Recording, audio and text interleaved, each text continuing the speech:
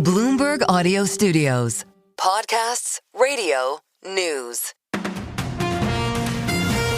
This is the Bloomberg Daybreak Europe podcast, available every morning on Apple, Spotify or wherever you listen. It's Wednesday, the 4th of June in London. I'm Caroline Hepker. And I'm Stephen Carroll. Coming up today, Donald Trump raises tariffs on steel and aluminium to 50%, with the UK getting a temporary reprieve as it rushes to finalise its US trade deal.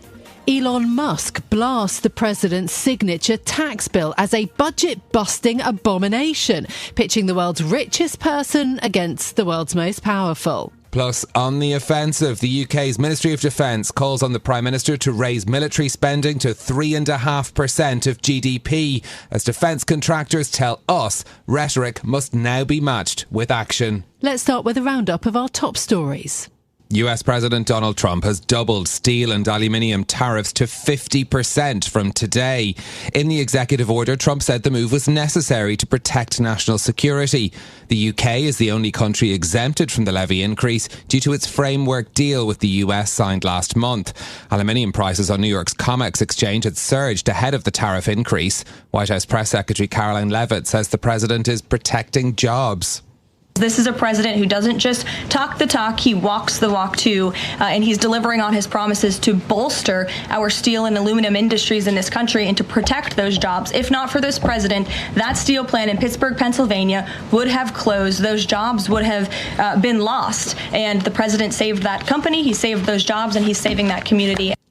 White House Press Secretary Caroline Leavitt speaking as Washington is locked in negotiations with a number of trading partners over the so-called reciprocal tariffs. Trump has until the 9th of July to agree deals before his self-imposed pause ends.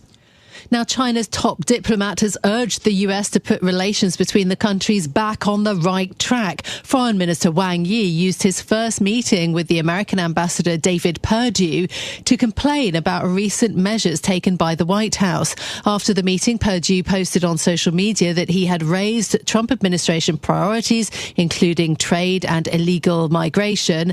Meanwhile, US Treasury Secretary Scott Bessent said in a speech that China has a choice on whether or not to be a reliable partner to other countries. Elon Musk has publicly criticised the president's signature tax bill, calling it a budget-busting abomination. Writing on social media, the recently departed head of Doge said, "Shame on those who voted for it." But Republican House Speaker Mike Johnson has pushed back. With all due respect, my friend Elon is terribly wrong about the one big beautiful bill.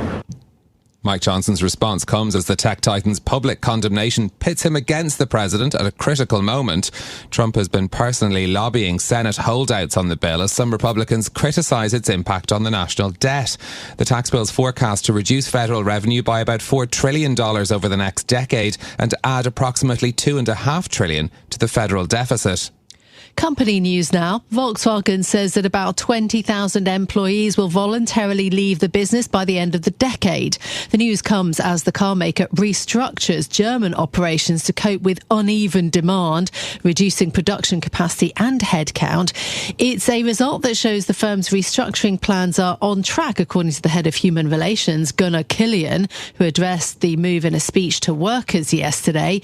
Volkswagen struck a deal in December to cut German production capacity by more than 700,000 units and also to decrease headcount by 35,000 jobs by the end of the decade. Sources have told Bloomberg that the UK's Ministry of Defence is asking the government to increase military spending to 3.5% of GDP. It's understood that Prime Minister Keir Starmer is considering the request. Defence officials are said to be making the case that if other NATO leaders sign off on the pledge, it'll be impossible for Britain not to back it. The UK currently spends about 2.3% of GDP on defence, and Starmer has promised to raise that to 2.5% by 2027, with an ambition to reach 3% by 2034. Well, the reporting comes after the UK government laid out an ambitious vision in its strategic defence review on Monday with a pledge to make the UK battle ready. But the country's leading military contractors have told Bloomberg that words will need to be matched with action. Clive Higgins is the UK CEO of Leonardo, one of the country's leading aerospace firms. I think the ambitions you've seen from the UK government with announcements on significant increases of defence spending are really positive, but that needs to translate in terms of reality on the ground. Clive Higgins's comments were echoed by a host of other figures in the industry who spoke to us. Gavin Crimmings of BAE's munitions division told Bloomberg, "We're not Amazon. We don't produce just to put things on the shelf." The call for long-term commitments comes as NATO pushes members to raise military spending to 5% of GDP to counter the threat from Russia and compensate for American retrenchment. Bloomberg Economics has calculated that achieving that goal would cost the UK £350 billion. Well, staying in the UK, the Chancellor Rachel Reeves will outline new infrastructure projects when she sets government spending targets next week. The Labour Chancellor's tax-raising agenda and a loosening of the UK's fiscal rules have given her an extra £130 billion for investment. Bloomberg's James Wilcock has more. The Chancellor's plan is to point out the upsides of the difficult choices the UK government is making. New rail links, improved energy infrastructure, investing in schools and hospitals. It's infrastructure spending that will boost GDP and improve the quality of life for citizens. But it takes a very, very long time to happen. And the downsides of the Chancellor's decisions will become very real when Reeves sets out government budgets next week. Some unlucky government departments face cuts of up to 11% in their annual spending. In London, James Woolcock, Bloomberg Radio.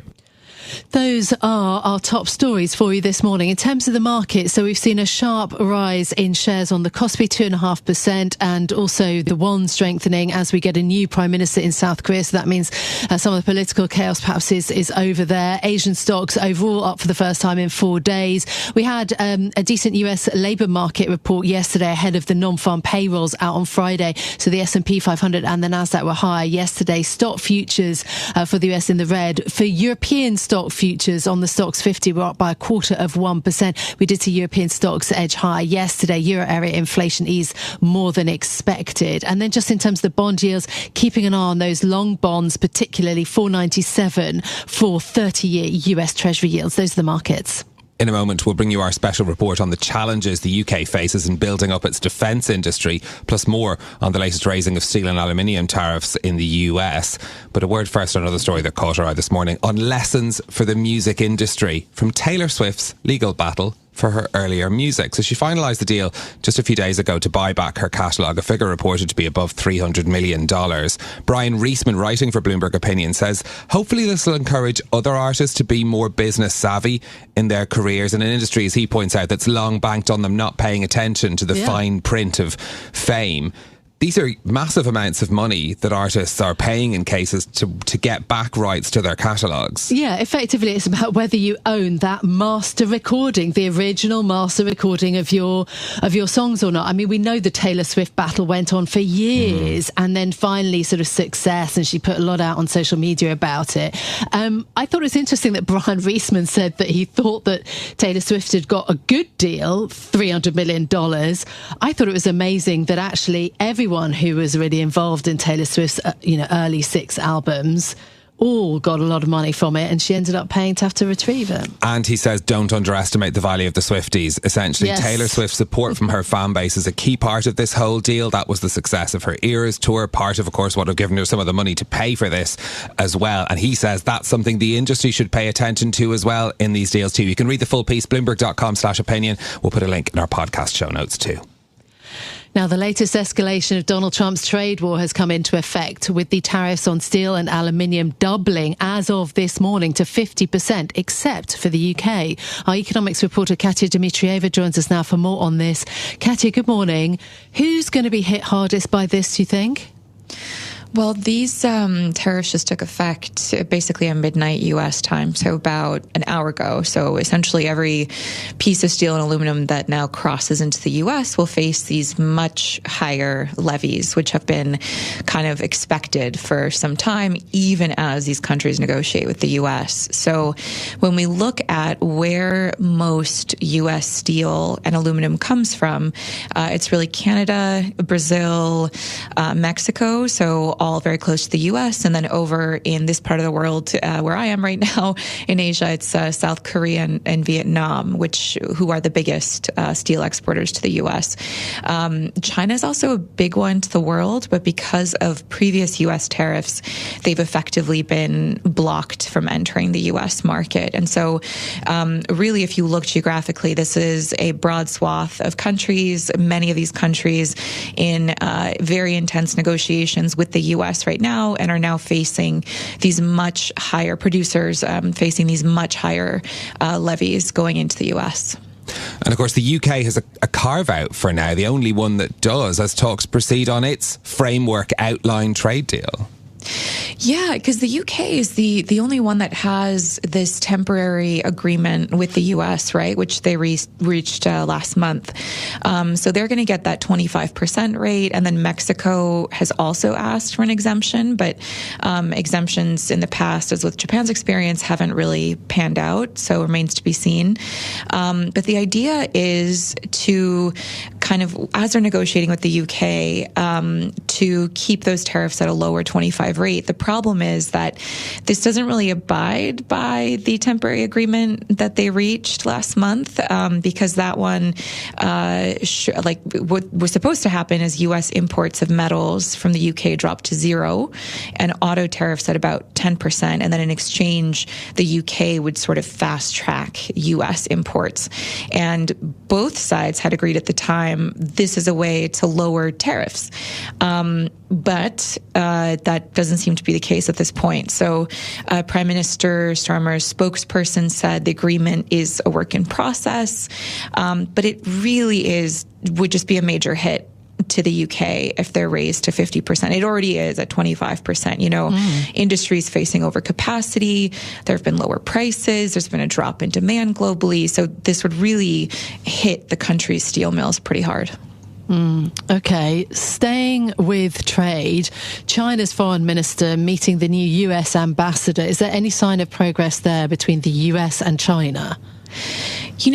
These meetings are always good. They're showing the conversation is still going. There's still meetings and diplomatic channels in effect. The issue is that there's not much that's moved from this meeting. It was the first meeting with basically China's top diplomat. This is Foreign Minister Wang Yi, and it's the first meeting with US Ambassador David Perdue. They met in Beijing. Both sides just basically outlined where things stand.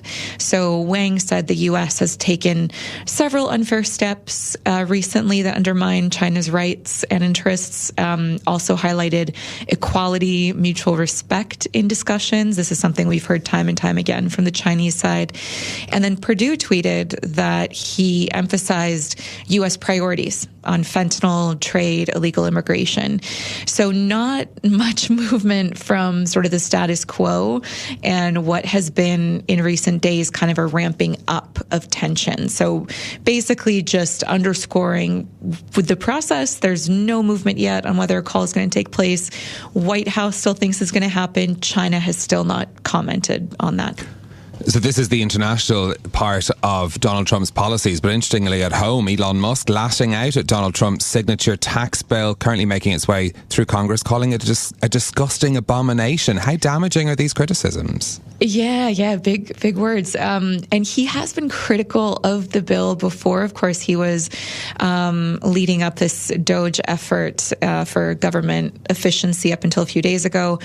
It's hard to say how much his criticism will hurt the bill's prospects because he's no longer advising the president, of course. It's already also facing a lot of challenges from Republican senators. So there are several fiscal hawks who want more spending cuts. At least 5 oppose changes to Medicaid. And then a number of senators, Republican senators, also oppose these sudden cuts to green energy credits. So this is something that actually, maybe ironically, but helped a lot of companies across several red states. And so there's going to be this back and forth tug of war on this bill, which, big and beautiful, but also very expensive. So we're going to be seeing that playing out in the coming months.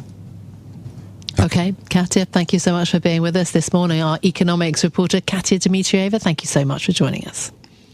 Now, the UK government is considering whether to raise defence spending to 3.5% of GDP ahead of a NATO summit at the end of 2025. Now, Caroline, you've spent the past few weeks speaking to the UK defence industry for our special report today. Yeah, absolutely. So Britain is currently spending 2.3% of its whole economic output on defence. We know that the world is rearming, that the threats are increasing, and now there are rapidly developing demands for even more spending. For example, a new target potentially from NATO members of 5% of GDP on overall defence spending. There's obviously a NATO summit that's coming up in the next few weeks. And we've had out from the government this week the Strategic Defence Review, which lays out quite an ambitious sort of set of targets for the UK. So there's a lot that is moving very quickly when it comes to defence. The question basically is whether Britain can pay for this, how it can deliver on additional defence spending, whatever the targets end up being, 3%, 3.5%, 5%, which is an enormous ask.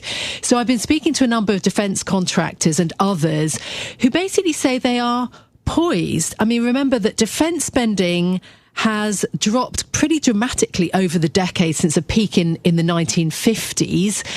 Brief peaks for the Falklands War, for the Iraq and Afghanistan interventions.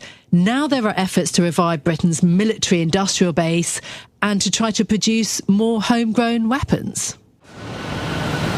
So we're going to go into the forge area. It's all done at 1100 degrees C, so all you see is red hot material. They make all sorts of shells here at the BAE Systems factory in Washington in the northeast of England, including these 155mm shells, which are just about almost a metre long, look like a bit of a tin can or a kind of a water bottle, but then gets filled with explosives and a propellant. BAE Systems is Britain's largest defence contractor. Steve Cardew has helped develop the business. We are expanding our 155 capacity by 16-fold. So that's a combination of some additional machining lines here at Washington in the northeast, and then a brand new explosive filling and packing facility at Glasgow. And the real focus for us really is how do we expand our UK munitions capacity, and also how do we generate resilience in our industrial base and also our supply chain. How prepared are you? How ready are you? You know, the preparation that we're doing around our upscaling of our production capability, the underpinning of our supply chain with explosives and propellants, that is all geared around what we anticipate the global environment is going to need.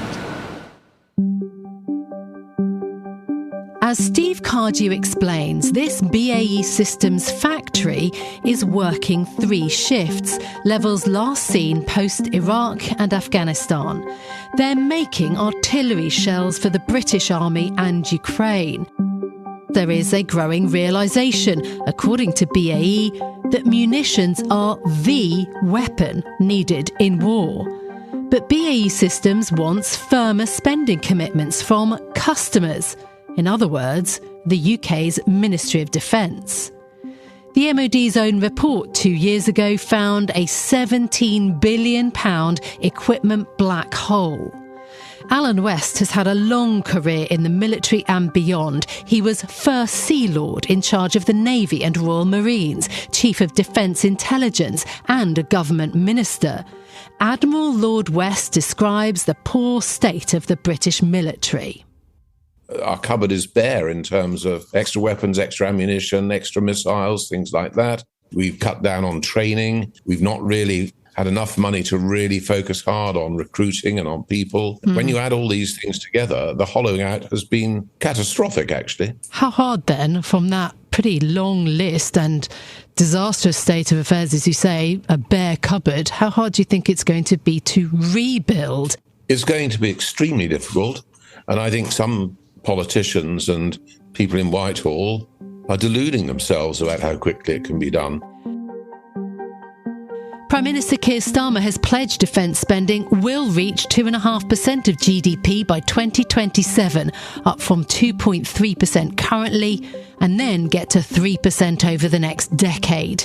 But Lord West says those plans are too tentative. The way to do this is rather like when in 1946-7, Bevin said to Attlee, we have got to have an atomic bomb. There's no question about it. And the Prime Minister and the Defence Secretary and the Foreign Secretary in Cabinet said, right, we're going to do that.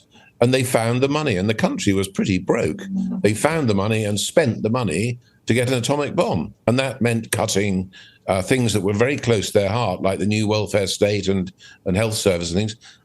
I'm afraid this government, if it is taking defence seriously, has to say, right, we are going to spend this money, and they need to start doing it now. The urgency is reflected by Leonardo UK, part of the Italian global defence giant, which focuses on combat air projects like the Eurofighter Typhoon, with hubs in Newcastle, Yeovil and Edinburgh. Clive Higgins is UK chair and CEO. He told me he recently hosted Prime Minister Starmer for a visit. We've needed to increase defence spending for some time, I would say. The threat vector is increased, so that's driven that need to change. So now increasing to 2.5%, potentially 3% in the next Parliament, absolutely critical. We've seen a lot of transformation coming through defence in the UK in particular. So you're seeing the structures of defence in government transforming now. They want more pace, they want more agility, the flow of funding has to be improved, and also recognising that post-COVID, where we recognise that supply chain resilience was a key attribute, we need that in defence as well. So I think the ambitions you've seen from the UK government with announcements on significant increases of defence spending are really positive, but that needs to translate in terms of reality on the ground. The government has now released its strategic defence review, with the Prime Minister outlining plans to overhaul the British military, including expanding the nuclear deterrent, but still with scant details about how it will be paid for. Ben Bridge is chair of Airbus Defence and Aerospace UK. A lot of the rhetoric, if you like, is reflecting not only the importance of defence and the need to invest in defence and spend more on defence, but to do that in the UK. So I think this is the year where we and the UK defence industry will hope to see those words turning into action. So you think it's a pivotal year then? Are you doing anything to ramp up in the UK now, or are you awaiting all of those reviews and the contracts to arrive? The question, I guess, will be what further opportunities or requirements will come from the government, and we'll be ready to ramp up, as you say, and ready to increase and invest ourselves if that were to happen. So Airbus in the UK is poised but paused. But Marion Messmer, senior researcher at Chatham House, explains that other NATO countries are not standing still. For a long time, the UK was one of the leaders when it came to defence spending in NATO. But actually, ever since the full-scale Russian invasion in 2022, other NATO member states, especially those along NATO's eastern border with Russia, have increased defence spending much more rapidly than the UK. So the UK, with spending around 2.5% of GDP and intentions to spend 2.7% perhaps over the next several years, is actually lagging far behind countries like Poland, which are already spending in excess of 4% of GDP and are also intending to spend more. And so as Europe and NATO ramp up, there is also the difficult question of what Britain should be preparing for when it comes to global threats. Marion Messmer is clear what may be expected from Britain. We know that Russia wants to continue to essentially increase its own self-image as a great power. So I think the threat from Russia is really real, and what we know about Russian strategic thinking is that if they were to attack NATO, a likely line of attack would be in the Baltic states, where the UK has a presence. So the UK essentially needs to be ready to help defend the Baltic states. Back at BAE Systems, they are firing up the forges. Gavin Crimmings from the munitions division tells me they're working on creating sovereign defence supplies for the likes of explosives. There are times where we do scale up to kind of 3-shift working. And but the last time all the factories were kind of at that kind of scale was probably post-Iraq, Afghanistan. The government has plans for 6 new munitions factories to come soon. The ambition is now to move to a position of war-fighting readiness. But with the growing threat of war, there are questions about whether the UK is moving fast enough and how the country will pay for it.